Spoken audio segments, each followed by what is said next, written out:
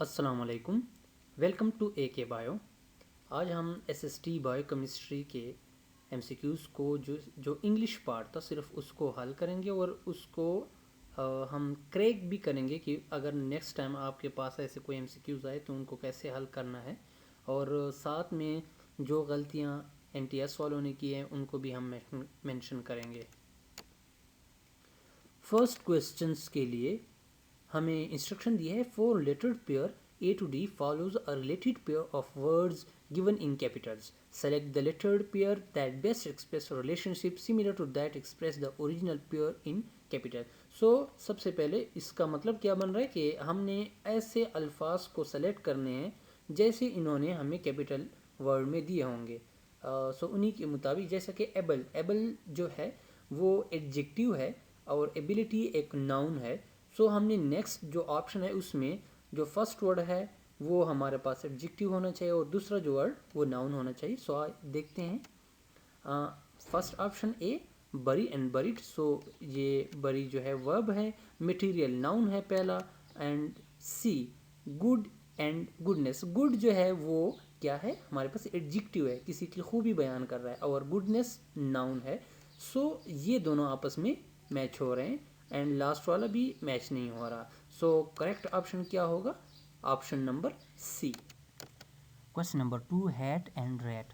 सो word hat जो है वो इज़ अ नाउन भी यूज़ हो सकता है एंड इज़ अ वर्ब भी यूज़ हो सकता है।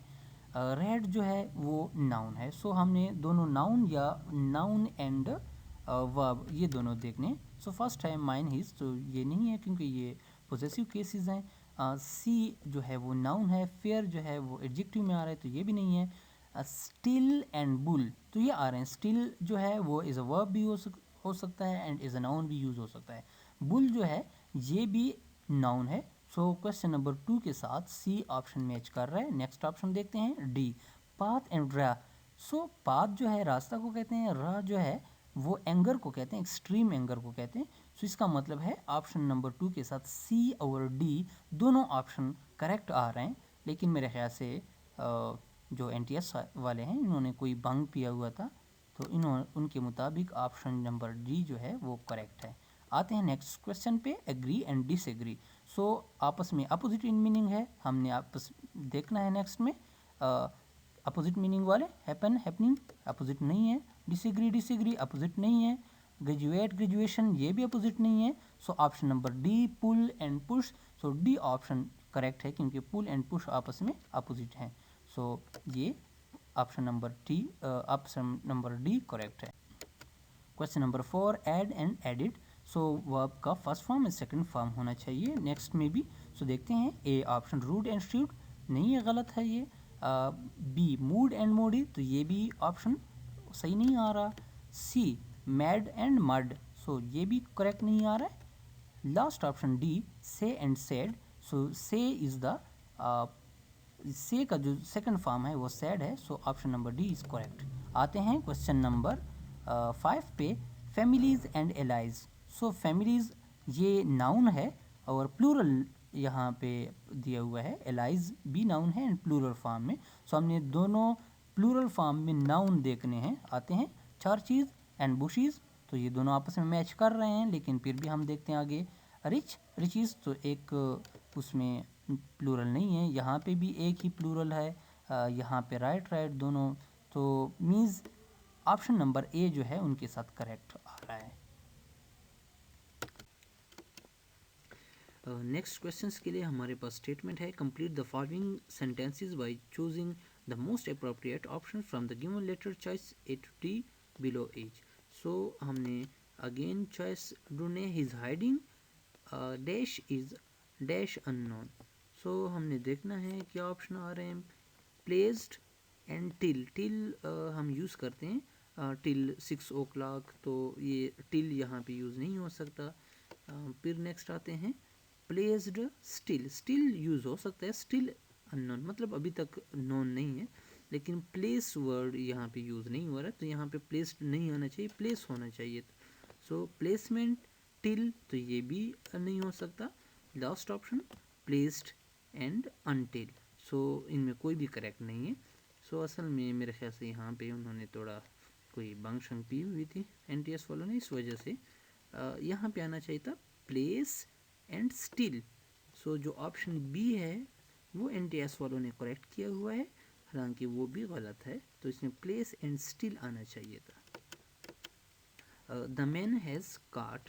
सो अगर हम बात करें पैसिव वॉइस की, so the man has been caught आएगा, क्योंकि हैज़ के साथ बीन आता है पैसिव में, तो यहाँ पे ऑप्शन नंबर सी करेक्ट होगा, द मैन हैज़ बीन काट।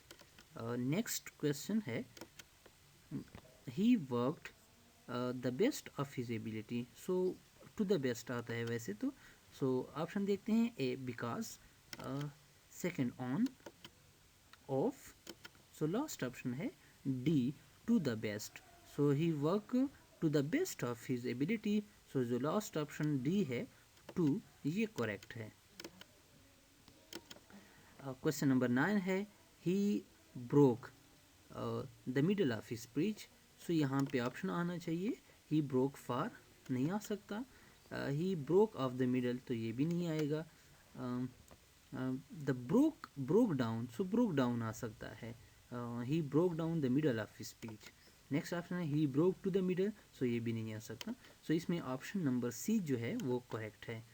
Question number 10, I am dash with things as they are.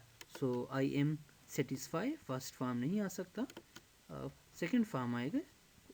Number B है, बी पे satisfied, so option number B correct है। सी में सेटिस्फैक्शन, तो ये भी नहीं आ सकता, सेटिस्फाइबल भी नहीं आ सकता। सो 10 में ऑप्शन नंबर बी जो है सेटिस्फाइड, वो करेक्ट है।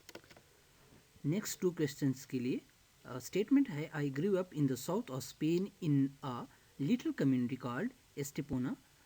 I was 16 when one morning my father told me that I could drive him into a village called Mijas, about 60 miles away, on the conditions that I will take the car to be serviced at a nearby garage.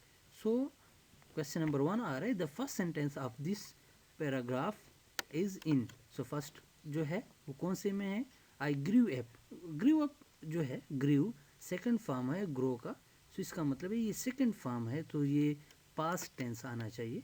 So continuous tense नहीं आ सकता, future नहीं, past. So option number D जो है, oh sorry, option number C past tense, ये correct है।